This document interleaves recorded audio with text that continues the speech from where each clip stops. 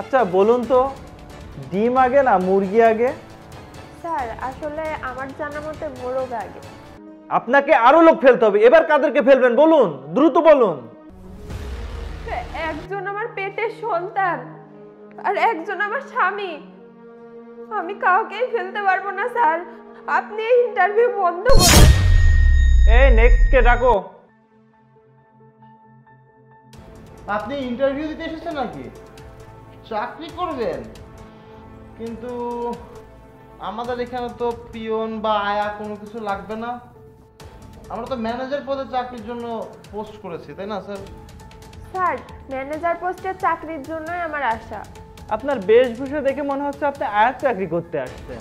এ যুগের মেয়ে হয়ে আপনি এত আনএক্সপেক্ট কেন? বসুন আপনি। বস, সবাই যখন হেরে গেছে এই মেয়েও হেরে যাবে। এই চাকরির জন্য আমার শালাই পারফেক্ট। আমার শালাকে চাকরিটা দিয়ে দিন। বস, একে থামায়। লাখ টাকা কিন্তু আপনার জন্য রেডি আছে। আমার বোনের চাকরিটা কিন্তু হওয়াই চাই। থামুন আপনারা, প্রশ্ন তো করি আগে। আচ্ছা বলুন তো, ডিম আগে না মুরগি আগে? স্যার আসলে আমার জানা মতে মোরগ আগে। কেন কেন আপনার এমনটা মনে হলো কেন? কারণ সৃষ্টিকর্তা আগে আদম আলাইহিস সালামকে তৈরি করেছেন, হুম তারপর হাওয়া, হুম তারপর তাদের ওরস। হুম আচ্ছা, আর সেই জন্যই মনে হলো যে সৃষ্টিকর্তা আগে মোরগ সৃষ্টি করেছেন, তারপরে মুরগি, তারপরে ডিম। এই তো। Very good. দেখছি, দাঁড়ান, সমস্যা নাই, ওকে তো থামাবই। এই চকটা নেন, আপনার পিছনে যে ব্ল্যাকবোর্ডটা আছে সেখানে যান।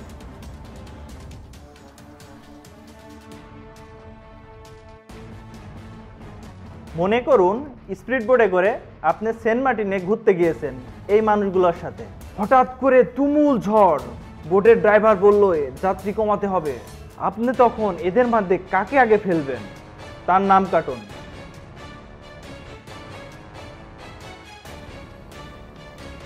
কেন ওদের আগে ফেলবেন? কারণ প্রতিবেশীরা তো দুধের মাছি, আজ আছে কাল নেই। আজ আমার সামনে সুনাম করবে তো কাল আমার পিছনে গীবত গাইবে।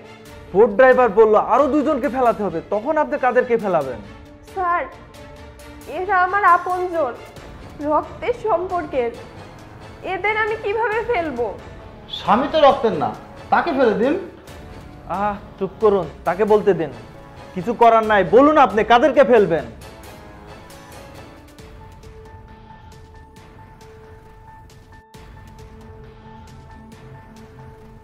নিজের ভাই বোনকে ফেলে দিবেন? জি, ভাই বোনের বাড়িতে গেলে আজ আপ্যায়ন করবে, কালও আপ্যায়ন করবে, কিন্তু তৃতীয় দিনের দিন আর করবে না। তাছাড়া আমাদের সমাজে তো দেখি পৈতৃক সম্পত্তির জন্য ভাই বোনের খুনাখুনি পর্যন্ত হয়। বোট ড্রাইভার বলছে দ্রুত আরো লোক ফেলতে হবে, আপনি কাদেরকে ফেলাবেন? না না স্যার, আমাকে মাফ করুন, এদের তিনজনের ভিতরে আমি কাউকেই ফেলতে পারবো না। বোট ড্রাইভার চিৎকার করছে বোট দ্রুত যাচ্ছে, আরো লোক ফেলতে হবে, আপনি কাদেরকে ফেলবেন?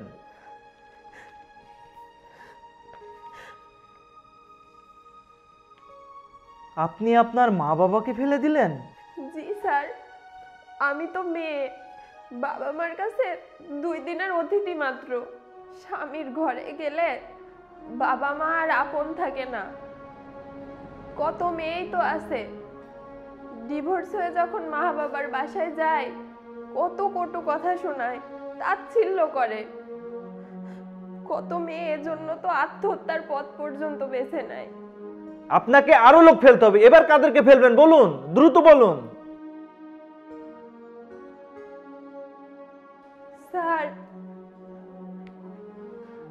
একজন আমার পেটের সন্তান আর একজন আমার স্বামী, আমি কাউকেই ফেলতে পারবো না স্যার। আপনি এই ইন্টারভিউ বন্ধ করুন। আপনাকে ইন্টারভিউ থেকে বাদ দেওয়া হবে, উত্তর দেন আপনি কাকে ফেলবেন?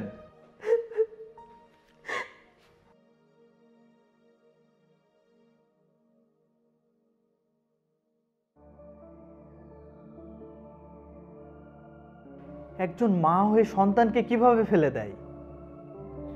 স্যার, এই খেলা অফ করুন। আমি নিজেই আর পারছি না। আর উনি একটা মেয়ে মানুষ হয়ে ওইখানে কিভাবে দাঁড়িয়ে আছে? আমি এর শেষ দেখতে চাই।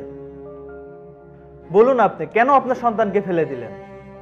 স্যার, এদের একদিন বিয়ে হয়ে যাবে, বাবা মারে ভুলে যাবে। কত সন্তানই তো আছে, বাবা মার বৃদ্ধাশ্রমে পাঠায় দেয়। স্বামীকে ফেললেন না কেন? স্যার, স্বামী হচ্ছে স্ত্রীর অহংকার। একজন আদর্শ স্বামী মৃত্যুর আগ পর্যন্ত তার স্ত্রীর সাথে থাকবে। স্যার, আপনি যদি জিজ্ঞেস করতেন নারী তোমার বাড়ি কই, আমি নিঃসন্দেহে বলে দিতাম আমার স্বামীর বাম পাজরে। আমার স্বামীর বাম পাজরের হাড্ডি দিয়েই তো আমাকে আল্লাহ তাআলা সৃষ্টি করেছে, তাই না বলুন? স্বামীর পায়ের নিচে স্ত্রীর জান্নাত। স্যার, ইসলামিক দৃষ্টিকোণ থেকে স্বামী একজন স্ত্রীর সবচেয়ে আপন ব্যক্তি। স্যার, চাকরিটা আসলে ওনারই প্রাপ্য। জি sir. Congratulation, you are selected. Thank you sir.